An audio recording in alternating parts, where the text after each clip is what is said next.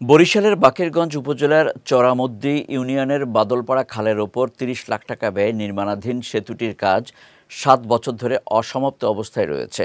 সেতুটির নির্মাণ কাজ শেষ না করেই সটকে পড়ার অভিযোগ রয়েছে সংশ্লিষ্ট ঠিকাদারের বিরুদ্ধে। এমন অবস্থায় যাতায়াতের চরম ভোগান্তিতে পড়েছেন স্থানীয়রা। বাকেরগঞ্জ প্রতিনিধি জিয়াউল হকের তথ্য ছবিতে বিস্তারিত জাওয়াদন্তুর ডেস্ক রিপোর্টে। 2018-19 অর্থবছরে দুর্যোগ ব্যবস্থাপনা ও ত্রাণ মন্ত্রণালয়ের বরাদ্দে ৩০ লাখ টাকা ব্যয়ে বরিশালের বাকেরগঞ্জ উপজেলার চরামদ্দি ইউনিয়নের বাদলপাড়া খালের উপর একটি সেতু নির্মাণের উদ্যোগ নেওয়া হয়। তবে সেতুটির দুই পাশে অ্যাপ্রোচ সড়ক নির্মাণ না করেই সটকে পড়েছে সংশ্লিষ্ট ঠিকাদারি প্রতিষ্ঠান। ফলে বছরের পর বছর ধরে দুর্ভোগ পোহাতে হচ্ছে বাদলপাড়া গ্রামের সাধারণ মানুষের। স্থানীয়দের অভিযোগ, দায়িত্বশীল দপ্তরের উদাসীনতা এবং ঠিকাদারের অনিয়মের কারণেই ৭ বছর ধরে সেতুটির কাজ অসম্পন্ন। এমন অবস্থায় অবিলম্বে সেতুটির কাজ শেষ করার পাশাপাশি অনিয়মের সঙ্গে জড়িতদের আইনের আওতায় আনার দাবি তাদের। খালের উপর একটা সেতু করছে, সেতুটার রাস্তা নাই, কোনো সাইড নেই, কিন্তু এটা জলেই গেছে। ৩০ লাখ টাকা সরকারের পানি দিয়ে চলে গেছে।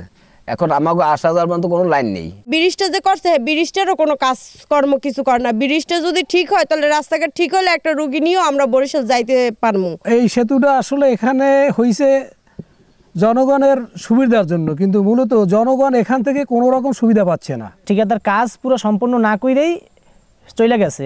বাট এখন এই হাঁটা চলার মতো কোনো প্লেস নেই, আর যাওয়ার মতো মানে আসা যাওয়ার মতো কোনো মাটিও ফেলাই দেয় নাই। আমাদের এলাকার মানুষ বা ধরেন ছাত্রছাত্রী কারো কোনো কাজেই লাগে না, মানে এটা একেবারে অহেতুক সরকারের ৩০ লাখ টাকা ব্যয় করছে।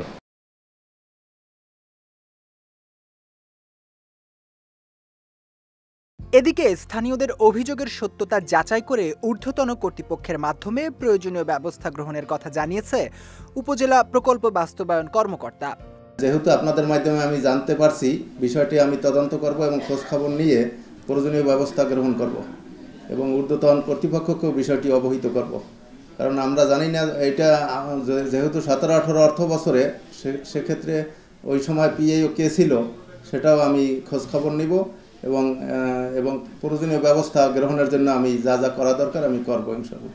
দীর্ঘ ৭ বছর ধরে চলমান ভোগান্তি লাঘবে দ্রুত সময়ের মধ্যে সেতুটির নির্মাণ কাজ সম্পন্নের দাবি এলাকাবাসীর।